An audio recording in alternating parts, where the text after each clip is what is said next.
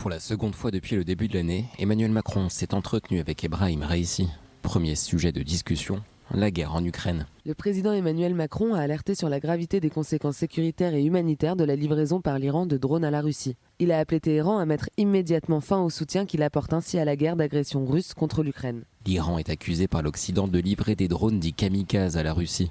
Washington a publié ce vendredi une carte de la route empruntée par ces appareils. Ils seraient acheminés en Russie par la mer Caspienne depuis le port d'Amirabad, au nord de l'Iran. Les drones seraient ensuite transférés vers 2 bases militaires russes proches des frontières bélarusses et ukrainiennes. Toujours selon Washington, Téhéran fournirait même à Moscou des matériaux pour construire sur son sol une usine de fabrication de ces drones. Le Kremlin chercherait ainsi à s'assurer un approvisionnement régulier en armement. La Maison-Blanche a publié des images satellites de ce qu'elle pense être le site de l'usine.